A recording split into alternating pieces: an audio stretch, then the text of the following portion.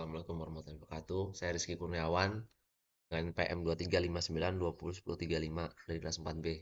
Ini saya akan menjelaskan sedikit tentang SQL injection untuk memenuhi tugas individu dari mata kuliah Manajemen Keamanan Sistem Informasi.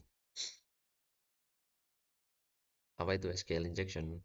SQL injection adalah kegiatan menjadikan perintah SQL kepada suatu statement SQL yang ada pada aplikasi yang sedang berjalan. Dengan kata lain, SQL injection ini merupakan suatu teknik pengeksploitasi pada web aplikasi yang di dalamnya menggunakan database untuk penyimpanan datanya. Beberapa teknik umum yang digunakan dalam SQL injection. Yang pertama, Union-based SQL injection. Teknik ini memanfaatkan perintah union untuk menggabungkan hasil dari dua atau lebih pernyataan select. Penyerang dapat menyisipkan query tambahan untuk mendapatkan data dari tabel lain. Yang kedua, error based SQL injection. Teknik ini memanfaatkan pesan kesalahan yang dihasilkan oleh database untuk mendapatkan informasi tentang struktur database. Misalnya, dengan menciptakan karakter yang menyebabkan kesalahan sintaks.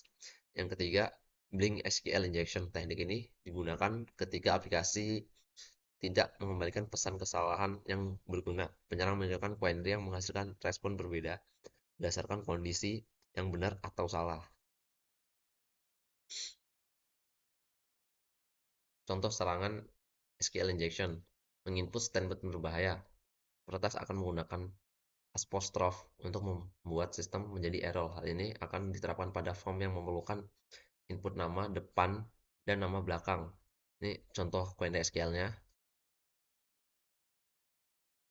Input pada nama depan dengan apostrophe tersebut akan mendefinisikan sebagai error sintaks. Kesalahan tersebut akan memberikan error message yang dapat dimanfaatkan peretas untuk membangun struktur database. Kasus nyata serangan SQL injection dan dampaknya. Serangan pada Sony Pictures tahun 2014.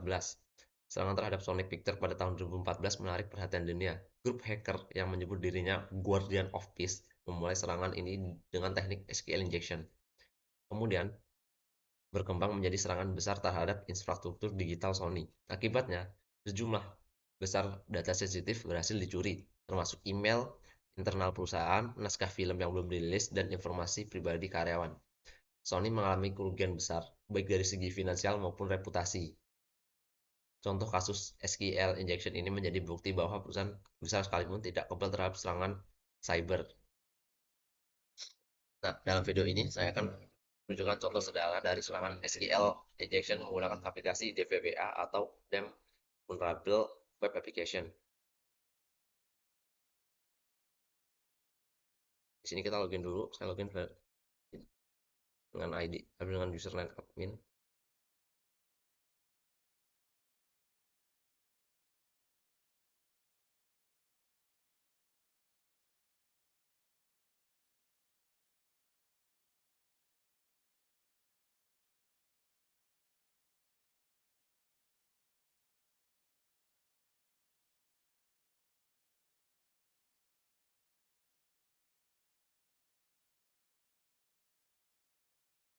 Nah, di sini sudah login ke DVBA ya.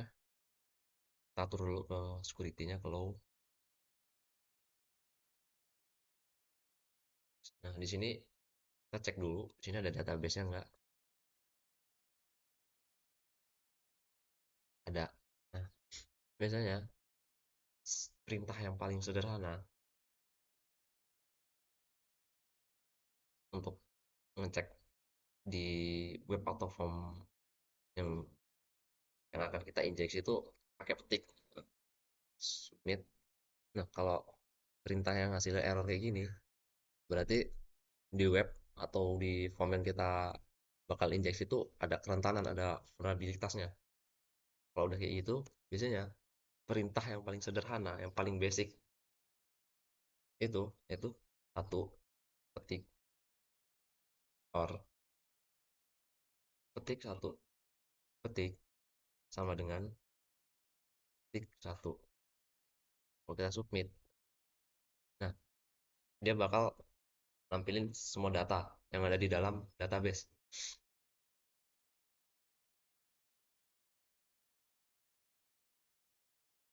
Karena Ini sih kayak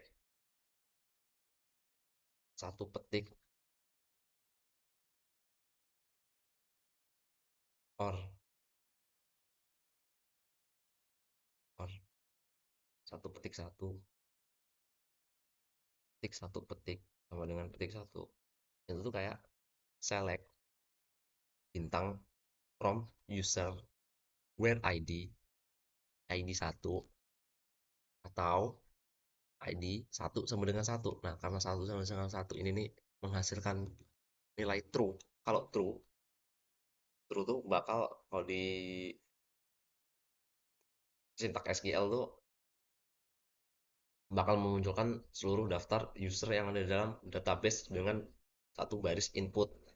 Kayak gini contohnya. Dari demo ini, dari demo ini kita bisa lihat bagaimana celah SQL injection bisa dimanfaatkan untuk mengakses informasi yang seharusnya tidak boleh terlihat.